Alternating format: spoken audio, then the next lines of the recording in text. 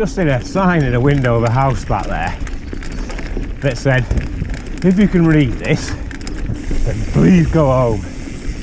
And you think, in tourist areas, obviously they don't want people of these to break visiting.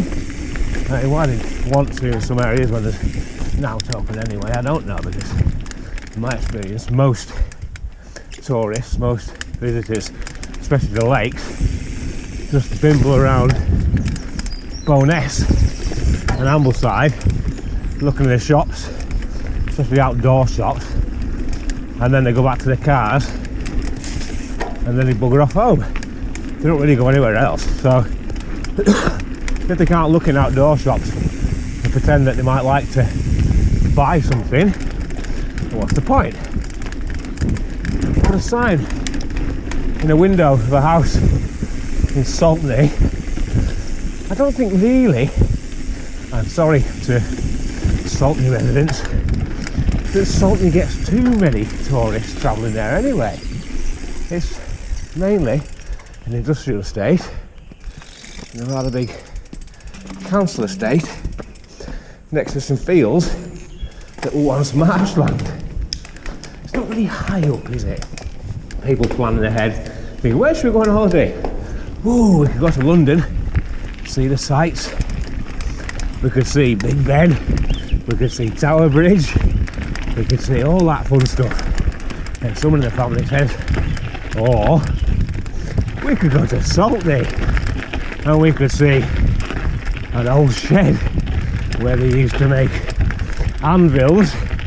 We could see some graffiti and we could see some little alleyways full of dog turds. I probably shouldn't be working for the Saltney Tourist Board, really, should I?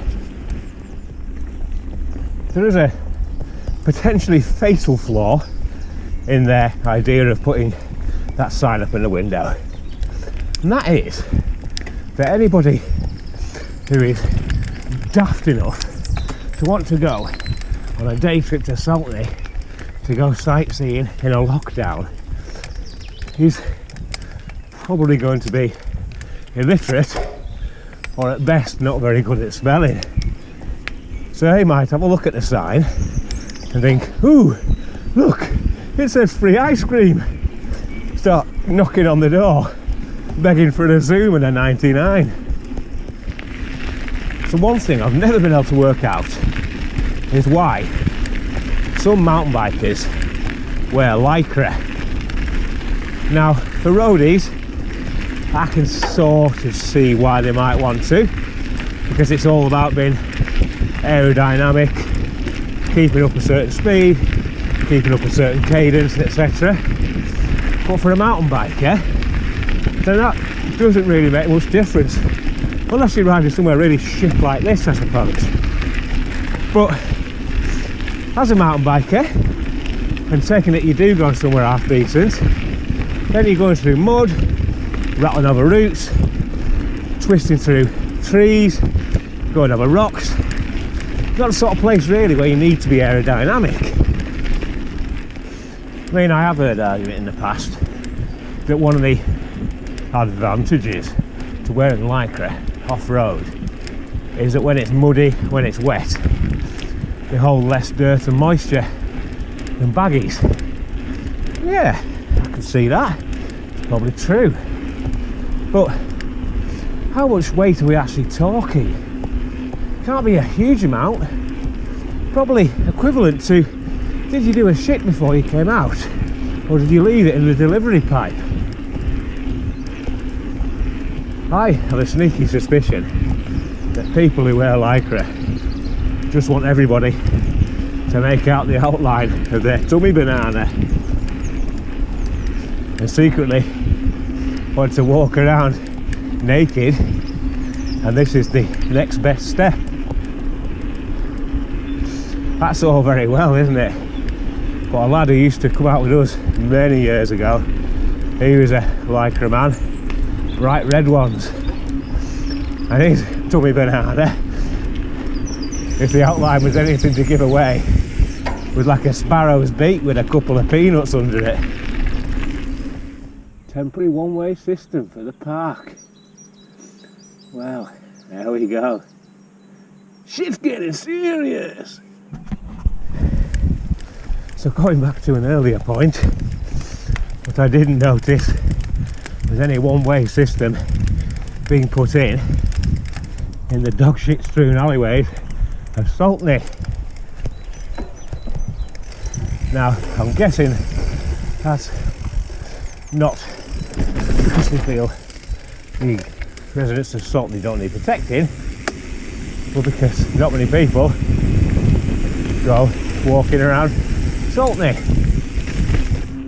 So back in the day, when we all seemed to feel we had to categorise ourselves in mountain biking, I used to pretend that I was a rad sick downhiller. And as a rad sick downhiller, just about every item of biking kit I bought was ridiculously baggy and either one or two sizes too big for me. The odd justification being that it had to fit over body armour, which the vast majority of the time never used to wear, and in the end, other than knee pads, gave up wearing altogether. So I ended up looking like some sort of exercise with the MC Hammer, wearing a filthy dress with a big logo on the front. I mean, maybe not quite as bad as Lycra, but in its own way, just as ridiculous. Right. What's going on there? Is he going backpacking on his bicycle during the lockdown? Maybe he's heading for Saltney. It is nice to see that in more recent years, then bike clothes manufacturers and I suppose people's tastes change.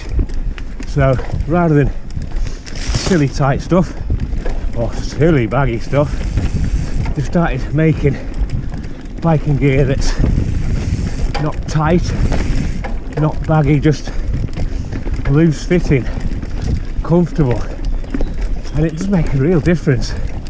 People don't look bloody stupid anymore, for starters. Well, they wouldn't if they didn't keep buying ridiculously bright coloured stuff and matching ridiculously bright coloured stuff. They end up looking like they work for a simpleton's fun fair.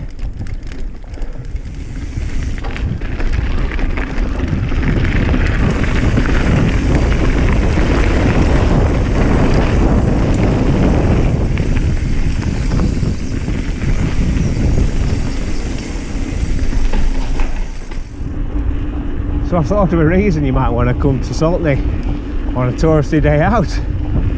This is Boundary Lane, and the boundary between England and Wales runs slap bang down the middle.